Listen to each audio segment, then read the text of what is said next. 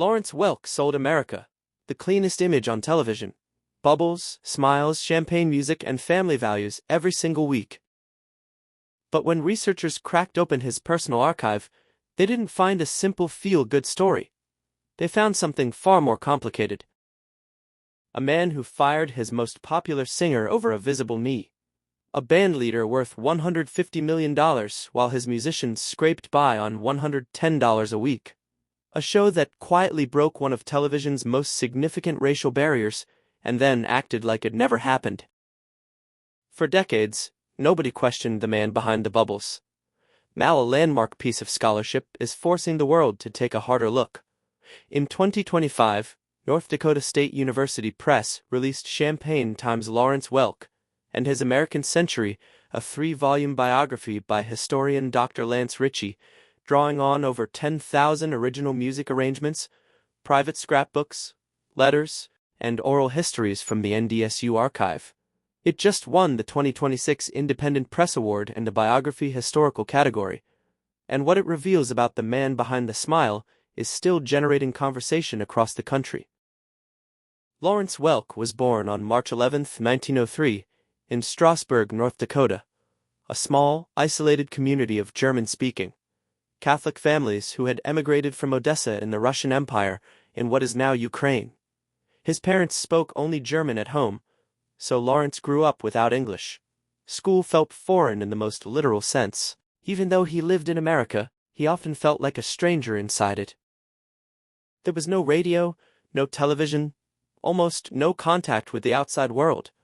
There was church, back-breaking farm work, and the faint sound of old folk music through cold North Dakota nights. That kind of life could have crushed a child. In Welk's case, it built one. Long before Lawrence was born, the Welk family had already learned how savage that land could be. When they arrived in North Dakota in 1892, the first winter nearly killed them. Blizzards tore across the plains at 40 below zero. There was no house waiting. They flipped their covered wagon upside down, stacked sod bricks around it, and survived for weeks on body heat and prayer. They dug for roots. They trapped rabbits. Somehow, they endured. That Juarez spirit shaped Lawrence's childhood from the very beginning. By the age of 10, after finishing only the 4th grade, he left school entirely and went into full-time farm labor. On the surface, it looked like a life with no horizon beyond the farm. But while his neighbors saw a boy locked in by fate, something else was quietly growing inside him. One of Welk's most vivid childhood memories was watching his father play an old push-button accordion at barn dances. One night, when Lawrence was around 6, his father let him touch the keys. It hit him like a thunderclap. In that barn, music felt bigger than everything else in his life. It felt like escape. When Lawrence was a teenager, he begged his father for an accordion of his own, a $400 instrument, a massive sum for a struggling homestead family. His father agreed on hard terms. Lawrence would work the farm without pay until he turned 21, and every penny he earned from music would go straight back to the family. He accepted without hesitation. He practiced until his fingers blistered. On his 21st birthday, having fulfilled every promise, he packed his accordion into a worn case, pinned $3 bills inside his jacket lining, and left North Dakota behind forever. The beginning was rough in ways that would have broken almost anyone else. He slept wherever he could. He begged for food when he had to. He played in small halls for almost nothing. Once, after botching a polka in front of rowdy farmers, he was nearly driven off by flying bottles. That humiliation could have sent him home. Instead, it pushed him deeper. He found his way into traveling variety shows across the Midwest, where a promoter gave him an outrageous title, the world's greatest accordion player. Lawrence knew it was nonsense, but the lie forced him to rise. Crowds expected greatness, so he practiced until he started to look like the thing he had been pretending to be. He kept moving, leading bands with desperate names, the Hotsy Totsy Boys, the Honolulu Fruit Gum Orchestra Survival Strategies, dressed up as Confidence. Then his group landed in Yankton, South Dakota, and stumbled into a radio station called WNAX. The manager pulled them in for a live audition on the spot. Lawrence's accordion wheezed. His accent tangled the introductions, and yet something in the sound connected. A one-week job stretched into years. Through radio, he found his first real audience, and he met Fern Renner at that station, the woman who would become his wife of 61 years. In 1940, Welk appeared at Chicago's Trianon Ballroom, where Glenn Miller and Tommy Dorsey had ruled the stage.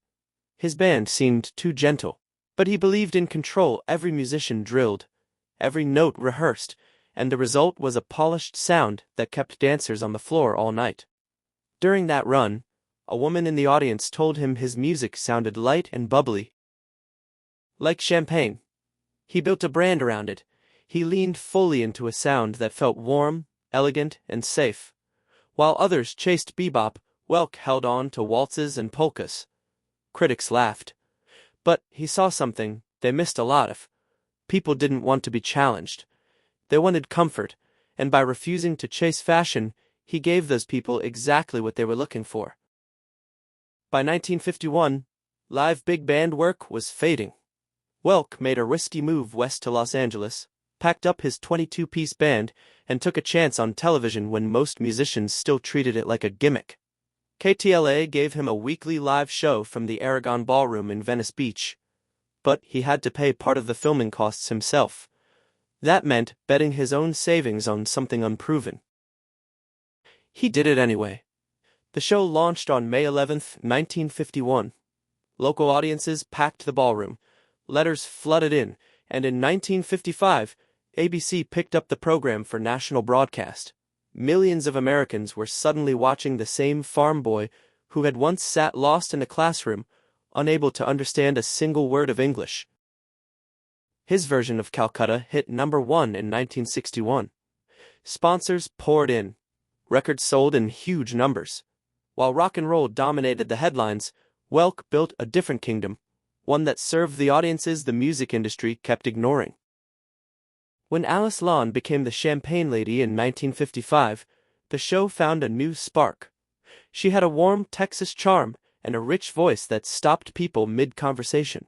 Viewers loved her, and that popularity created a problem. The more audiences loved Alice, the more Lawrence Welk had to watch someone else become the primary reason people tuned in. For a man who built his entire television world around total control, that was never going to sit comfortably.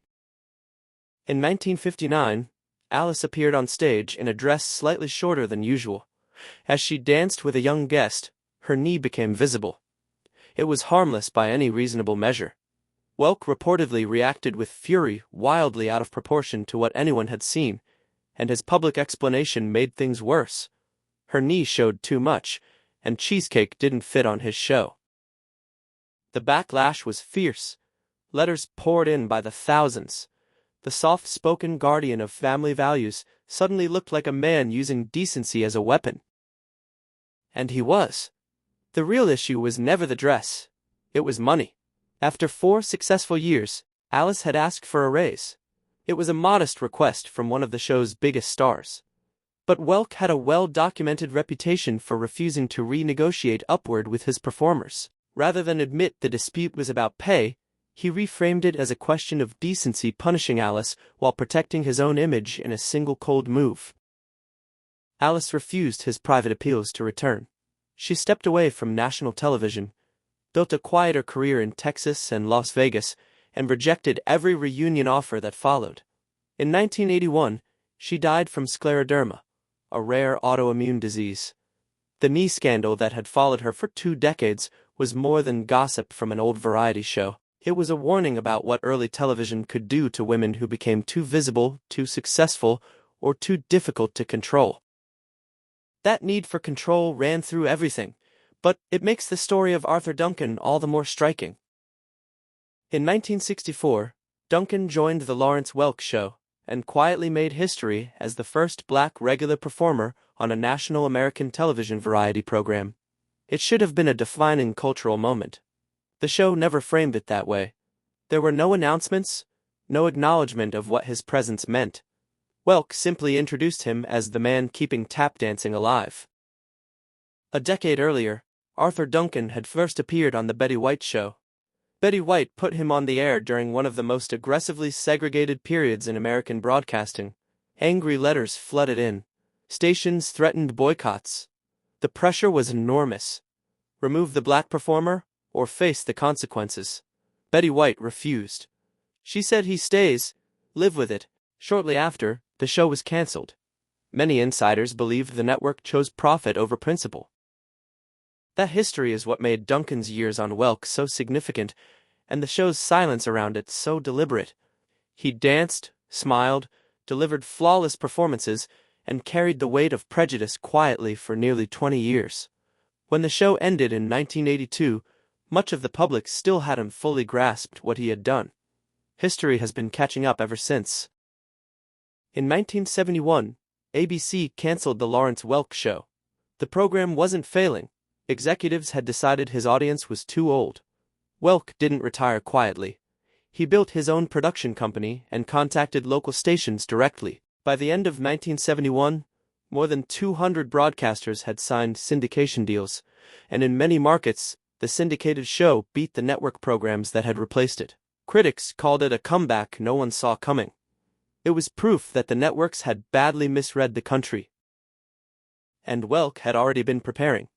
In 1970, he quietly purchased 1,000 acres in Escondido and developed the Lawrence Welk Village, a resort, golf course, and retirement community. He later built 3 major properties along Wilshire Boulevard in Santa Monica. Long before anyone in entertainment talked about lifestyle brands, Welk had already built one. The gap between his image and his reality was one of the most striking things in his records. The gentle host who spoke so warmly about family values was assembling an empire worth roughly $150 million, while many musicians on his show earned around $110 a week. He controlled music rights, owned record labels, and held business interests most of the people around him never fully understood. He had started life in a sod house with a dirt floor. He arrived in the music world with broken English and $3 in his pocket. From that, he built an empire that outlasted his career by decades. Now, in 2025, that distance is finally being measured with the rigor it deserves. Champaign Times draws on the full NDSU archive and won the 2026 Independent Press Award. Welk's own daughter praised the work publicly. Author Dr. Lance Ritchie said he hoped it would draw more attention to Welk's place in the larger story of America. The biography doesn't reduce Welk to either a saint or a villain. It places him honestly inside the American century, an immigrant's son who taught himself English, a self-made entertainer who built and lost and rebuilt his career, and a man whose instincts quietly outran everyone who underestimated him. Even after his death on May 17, 1992, the structure held. His reruns kept airing on PBS. His business interests kept generating value. And the archive he left behind kept telling the truth, the complicated, entirely human truth about the man who sold America a world of bubbles. The show looked light. The story behind it never was.